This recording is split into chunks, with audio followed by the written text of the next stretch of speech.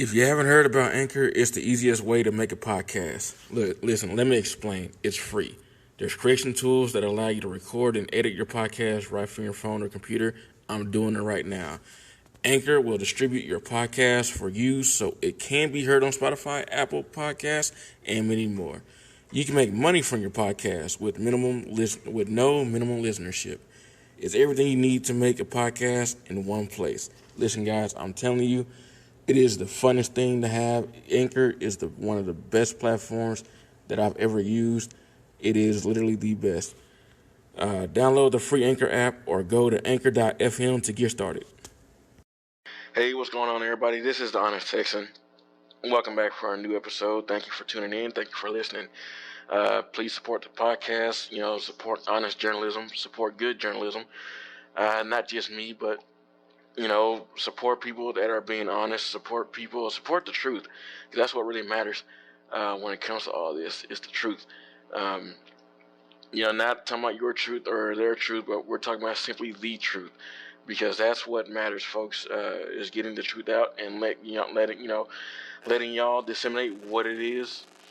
So that's my job, is to provide y'all with all the facts and then let y'all go from there. It's not my job to tell you, what to think. It's not my job to tell you how to think. My job is to let you think and make the decision for yourself.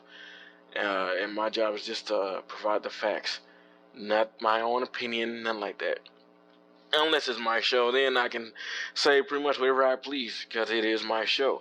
But support the podcast, support the Honest Texan, support the Honest Texan at WordPress.com, support the Honest Texan at Adobe Spark, support the Honest Texan podcast, which is on Spotify, Apple, and other podcasts on Anchor, all of that. Support, subscribe, listen, spread the word, spread the message. That's what we're here about. We're here about honesty, and we're here to just bring you the news and everything else in between, from news, sports, to scientific fiction, all of that, sci-fi, all of that. Let's get into it. Today, I'm gonna hopefully I'll talk about a few topics, but hopefully I just remember it, because my mind races a lot and I haven't been concentrating a lot. So let's jump right into it, shall we?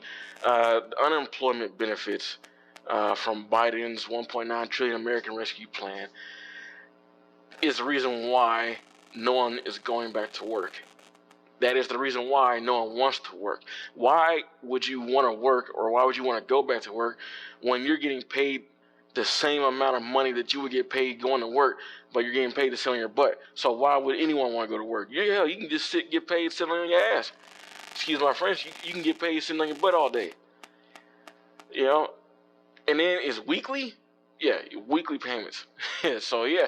No, I can understand why most Americans that are on unemployment do not want to get back to work. And I said this in the beginning of the pandemic, when people were not working, when people lost their jobs, when people just were getting laid off, and the government were going to pay them weekly payments. And I was like, no, that it shouldn't be. The country needs to open. People need to get back to work. Because you also got to realize, the longer you stay out of work, the harder it will be to get a job. Because there is always going to be someone else that is more qualified or had the same kind of qualifications, but has continued working history. So, for instance, let's say the people that are out of work now, they've been out of work for 6 months, 8 months, or almost a year, but have been getting steadily paid weekly unemployment benefits. Well, when those dry up, because eventually those will dry up, because the government cannot keep paying you for free. The government just can't keep doing it. Everything will go up. It's driving inflation and everything like that now. But let's say you've been unemployed for that long, and now you have to get back to work. Well, you may have worked in this one industry. You may have been working in the warehouse industry. You may have worked as a teacher or whatever, custodian or some other kind of work, right? But because you have been consistently unemployed, you might get passed over for another person that has been working, that hasn't been taking those benefits. I mean, because you really, the way I look at it, especially in the state of Texas, we have jobs here in the state of Texas. We really do. It's just the kind of jobs that people may not want to work, or it's the jobs that people, I mean, it's jobs where people either do not want to work because they pay the same as unemployment, or they don't pay enough, which, I mean, I can kind of see because everything's going up anyway. And or people just being lazy and just don't want to work. I mean, and that's, I mean, I see that a lot more. Again, I called this out a long time ago when I said that people will not want to go to work if you steady pay them on a weekly basis, or you just keep paying them while they're not working. You know, I believe in having some sort of welfare system or something like that, but I usually believe that for having it for the elderly or the mentally disabled or the disabled in general. I believe if you are able-bodied, your behind need to work. You know, you do need to work. A man that don't work, don't eat. Plain and simple. So I believe that if you are an able-bodied person and you can work, you should work. That's just what I think. Joe Biden's 1.9 trillion American Rescue Plan, it extends workers' unemployment, 300 bonus payments, and along with a tax break. Let's say here, I'm sorry, I'm looking at Market Watch right now also, but says how much money can you get with Biden's stimulus plan if you're unemployed? In his 1.9 trillion COVID-19 relief package, it extends unenhanced employment benefits until September 6th, with a $300 federal bonus on top of what your state pays. That is down from 400, so that's good. It's down from the proposed 400 weekly bonus from an earlier version of the CARES Act. The period between March 14th and September 6th spans 25 weeks. Once payments pick up, that's $7,500 in federal unemployment insurance that you can count on in addition to your state's check amount. Well, hey, there you go. You know, so on top of whatever your state is paying, you'll get that as well. And again, I say, if you're getting that as unemployment, why in the hell would anyone want to go back to work? It wouldn't make any sense. Now, me, I like to work. I work. I was raised to work. I mean, it's born in me. It's bred in me. That's just what I do. But again, I understand also if the government's going to pay you all this money, then why would you want to work when you can just, like I said, you get paid to sit on your behind? Florida is actually ending that, so you're gonna have to get back to work. For those people in Florida, you're gonna have to find work soon because they're ending that whole unemployment benefit. The IRS views unemployment insurance as income. In most cases, the state can withhold taxes like a typical paycheck. However, it's estimated that 10 million unemployment benefits recipients had no taxes withheld, which means they would have substantial tax bill to pay the following year. To counter that, the new COVID relief package includes a tax exemption of $10,200 for those with an adjusted gross income under $150,000. The way the exemption works is the first $10,200 of unemployment insurance will not be taxable. If someone receives $20,000 in benefits in 2020, they will only be taxed on the $9,800 dollar amount.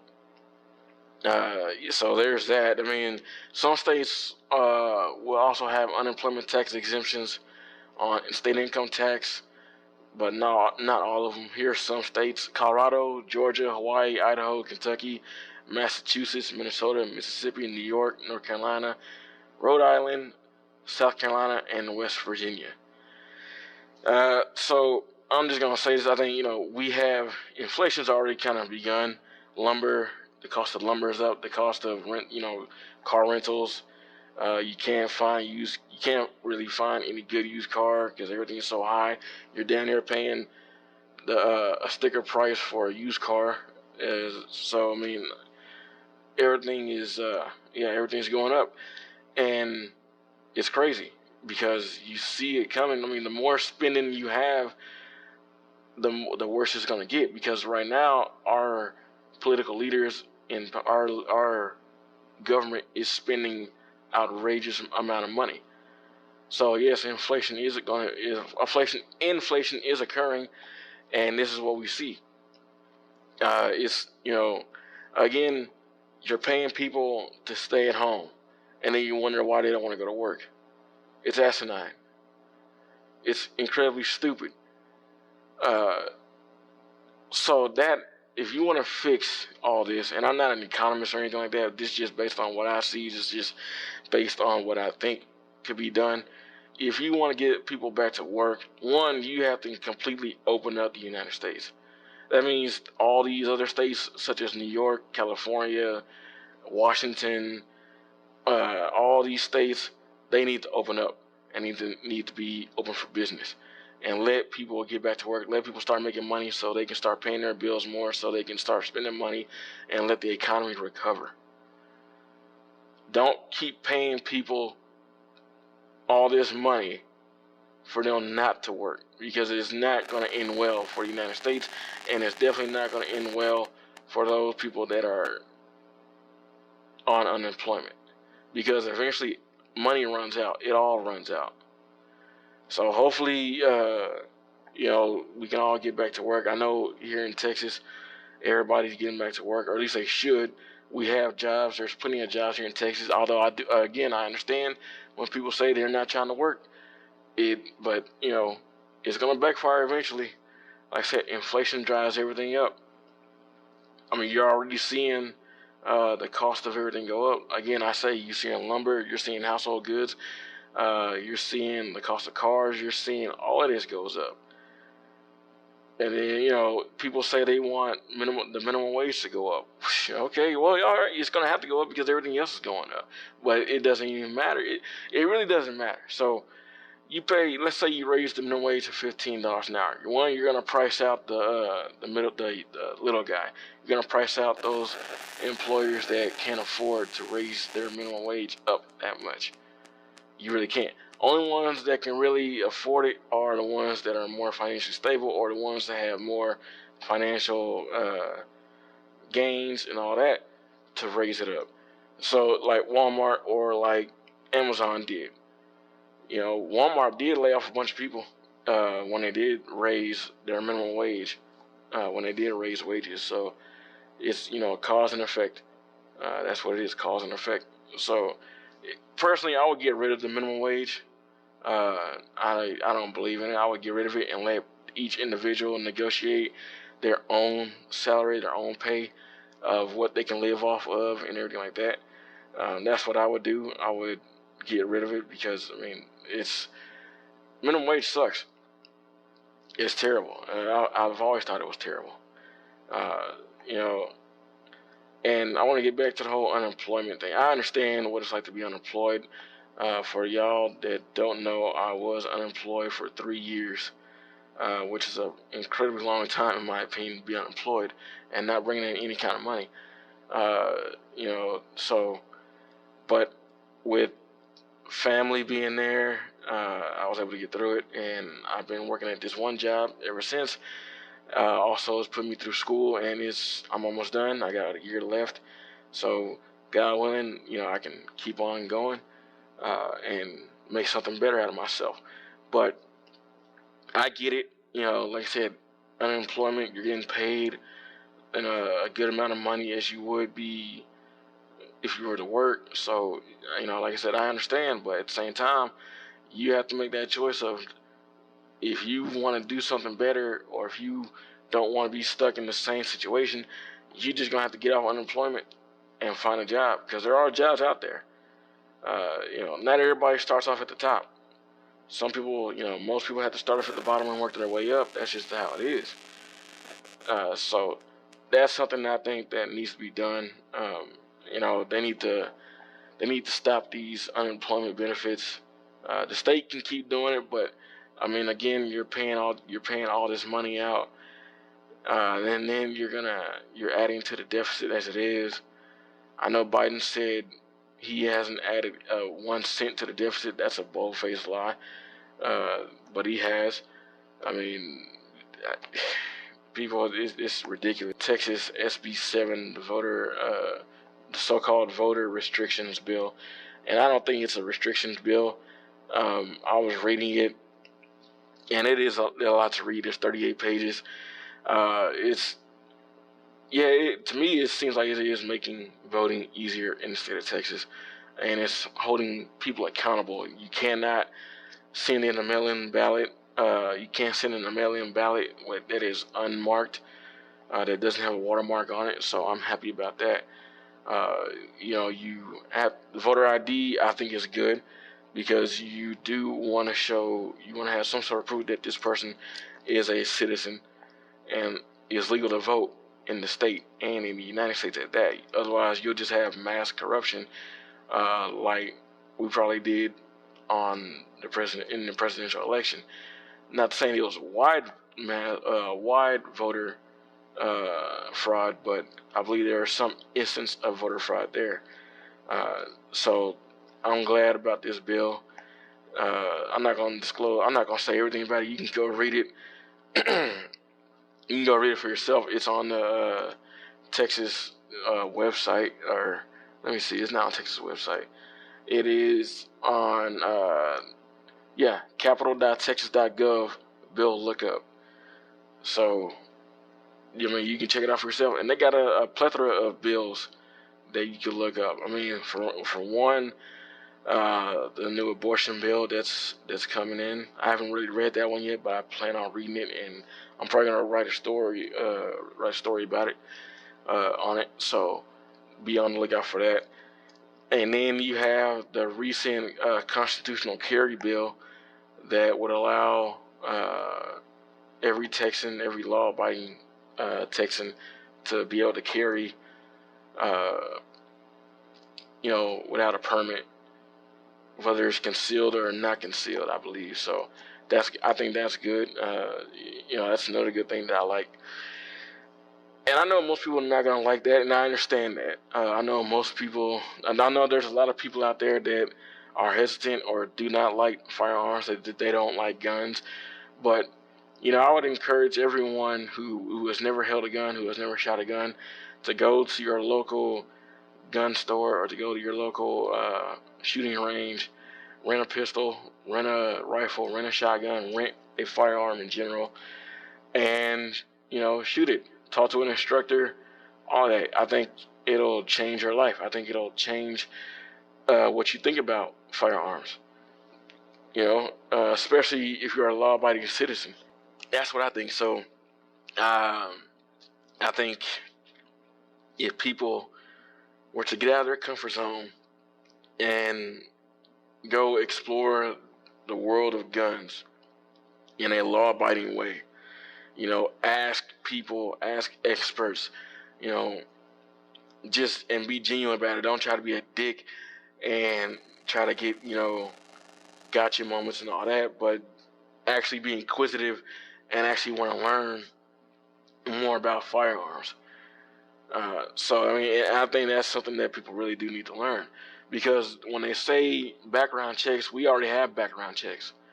You go to a gun store and you want to buy a gun legally, they run a background check on you. They run it through I believe they run it through the FBI database and the ATF and all that. So, and it takes a while. It takes a while, or especially now since gun sales are up by, I don't know, I think 40% or so, maybe more.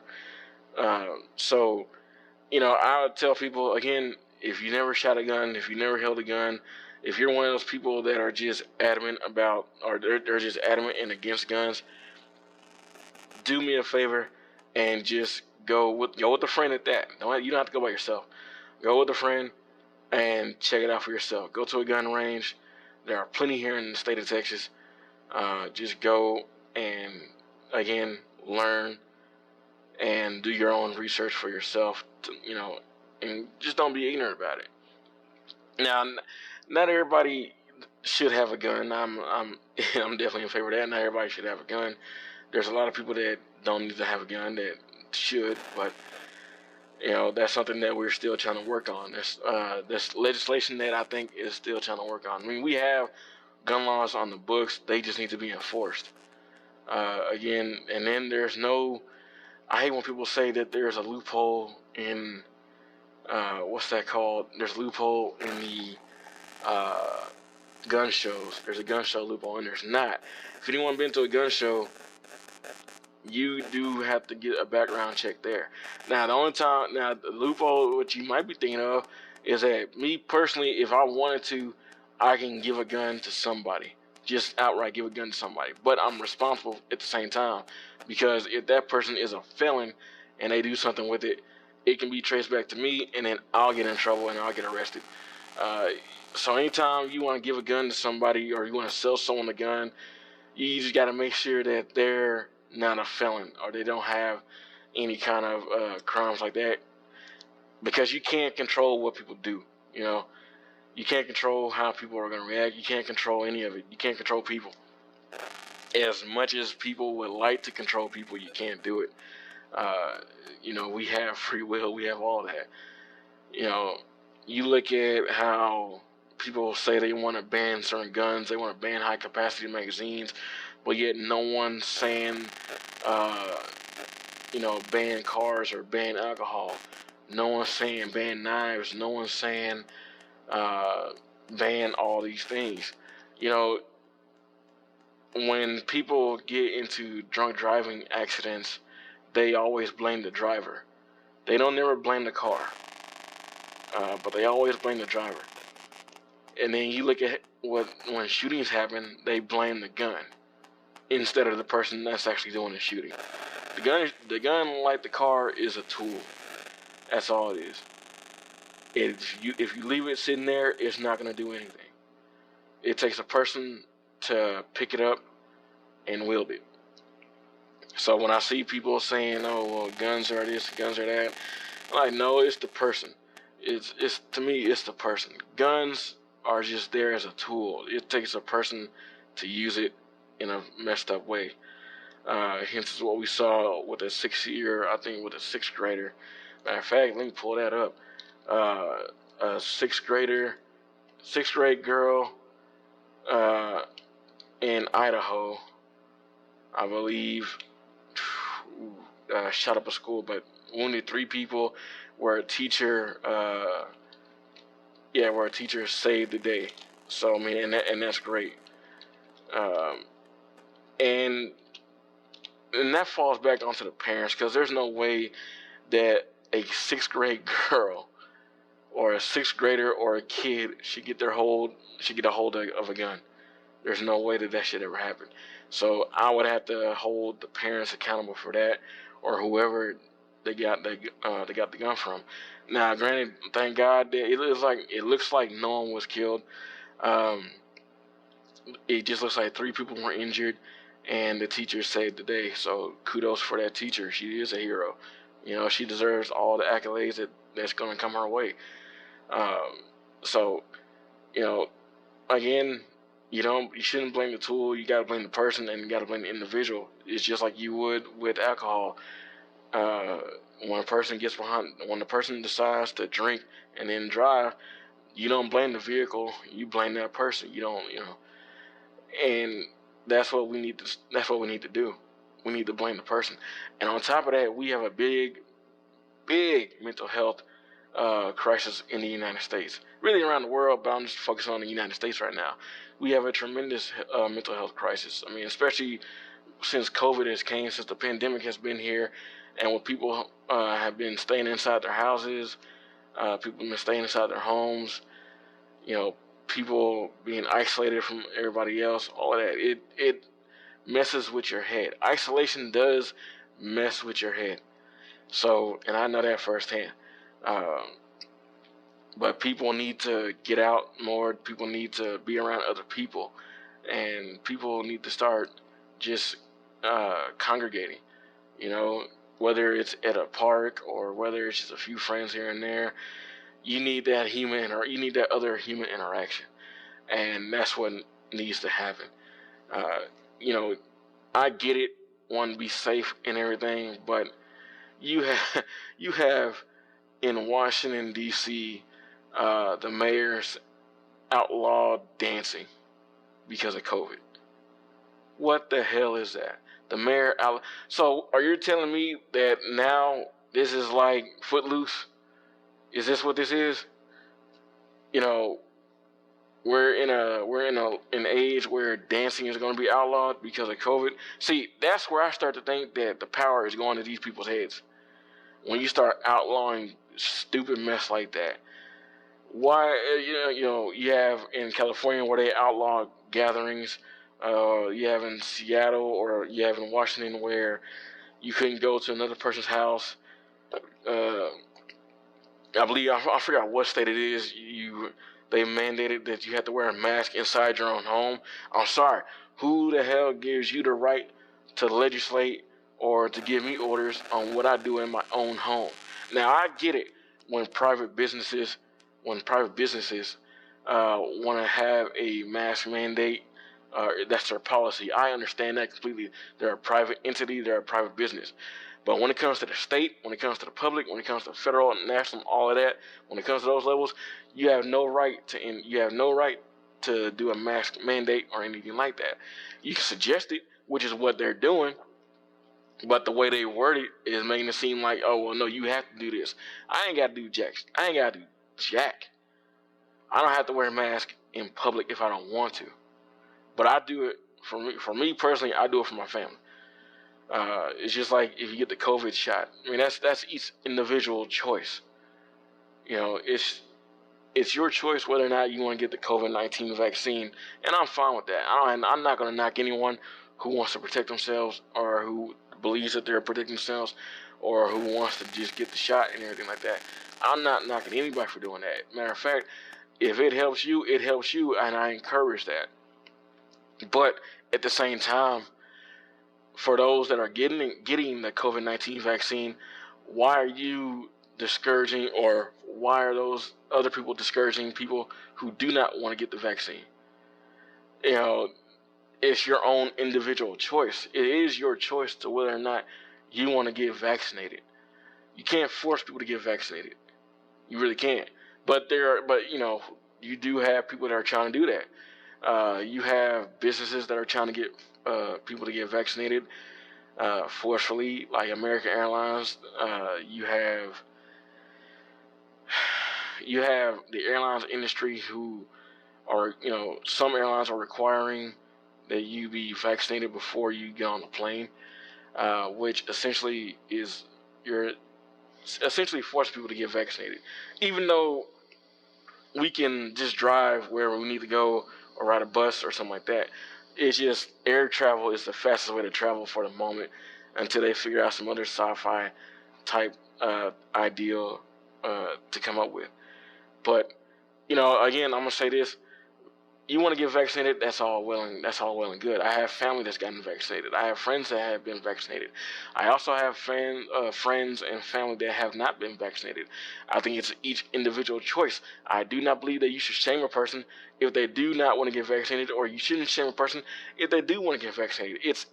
It's each individual's choice. We all need to live. We all need to live and let live in that regard. We really do. There's a crap ton of videos out there of people getting in shouting matches, of people trying to shame other people for not either wearing a mask or for not getting vaccinated, or both, or what have you. And it's a damn shame that that's going on, because we're all Americans. We're all in the same boat. We're all in this together, and yet we're letting the powers that be, we're letting our political leaders divide us. I mean, we're already divided by race. We're divided by gender. We're divided by the whole sexuality thing. We're divided on all these fronts because we're letting the powers that be, and we're letting certain advocates divide us, when the majority of us don't really care about what another person does with their body or anything like that.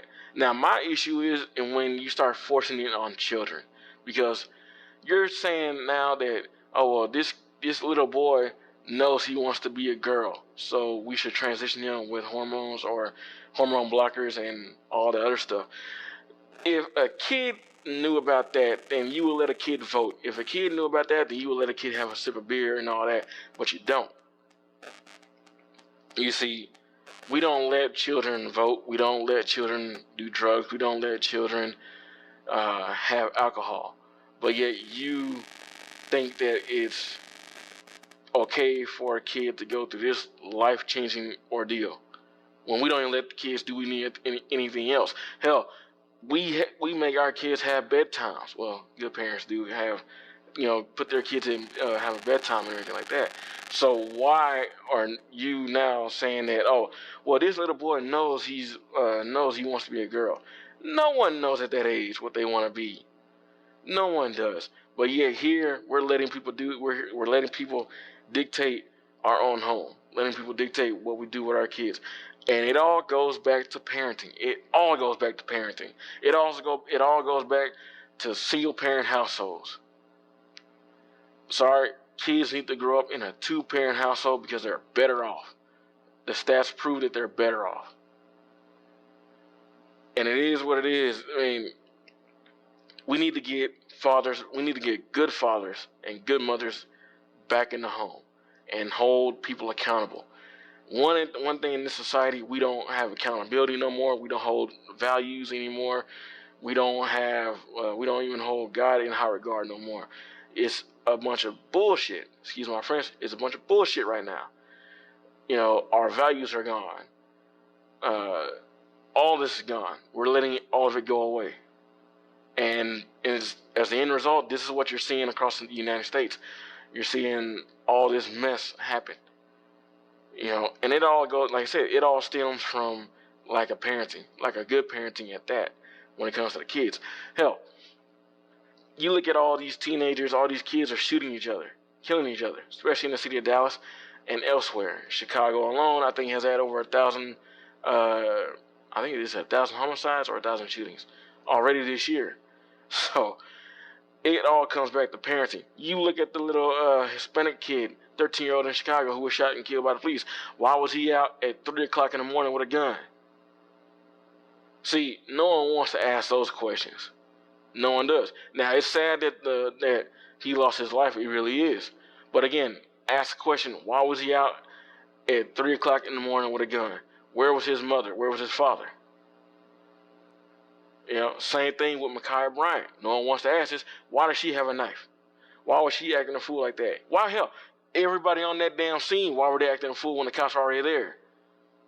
You go back and watch that video, it's disgusting. You see all those people there fighting while the cops are there.